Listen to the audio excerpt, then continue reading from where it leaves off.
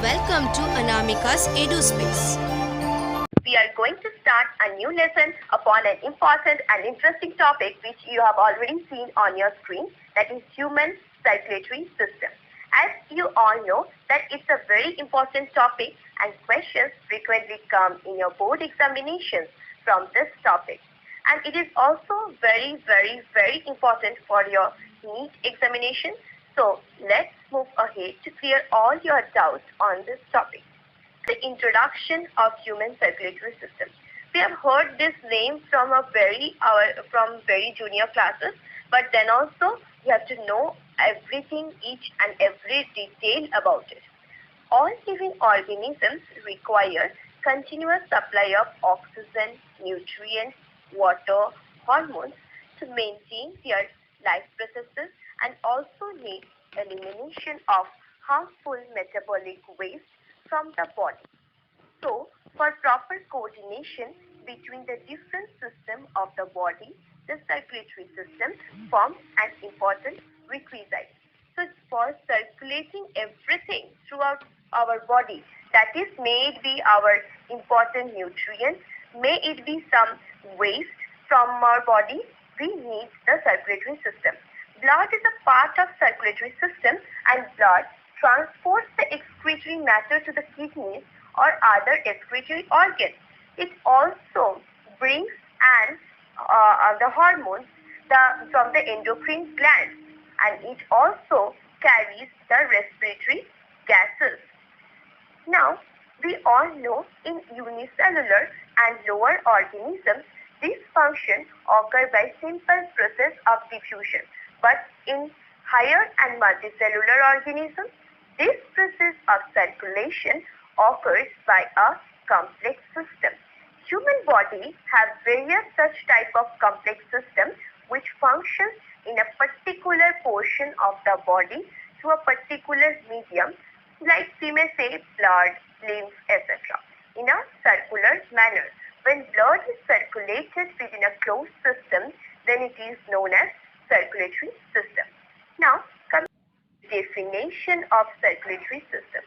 Circulatory system is a complex body system which comprises and consists of muscular chambers, heart, and blood vessels, which is concerned with the course of constant circulation of blood in the human body due to the pumping action of the heart. Now coming to the parts of the circulatory system. Circulatory system mainly contains two main parts, that is our human heart and the blood vessels, that is arteries, veins and capillaries.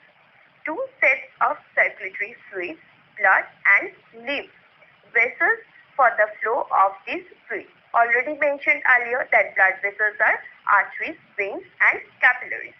A pumping organ called heart. This is the four-chambered hollow muscular organ consisting of two atria and two ventricles. It is our human heart.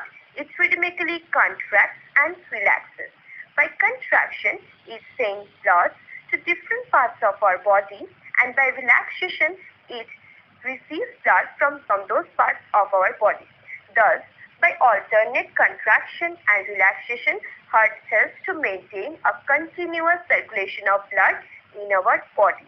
Circulation of blood helps in transport of O2 and nutrients to the tissue cells and carries CO2 and other metabolic waste from those tissue cells to the respective respiratory organs. Now, who has discovered the circulation of blood? William Harvey in 1616 discovered the circulation of blood in human body. Now, for proper coordination among the body systems, we need our circulatory system.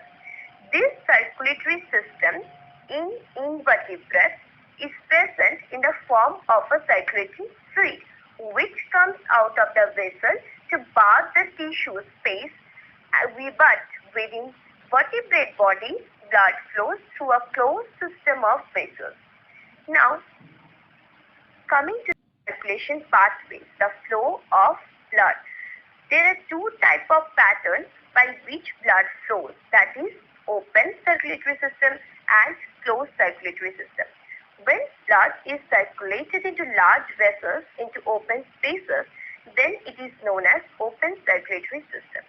For example, arthropods, as in cockroaches. And closed circulatory system. When blood is circulated through a closed network of blood vessels, then it is known as closed circulatory system. For example, goddess and like us, we human beings. So, at the end of the video, let us sum up quickly the whole topic. Circulatory system is also known as blood vascular system, as it constitutes blood vascular system and lymphatic system, both are of closed types in human beings or in vertebrates. The blood circulatory system contains and comprises of heart, blood and blood vessels. The lymphatic system consists of lymph, lymphatic capillaries, lymphatic vessels, lymphatic nodes and lymphatic ducts. Now, this system not only works as porters of the living body but are also engaged in defense against foreign invasion. In mammals, this also helps in the carrying of the respiratory gases.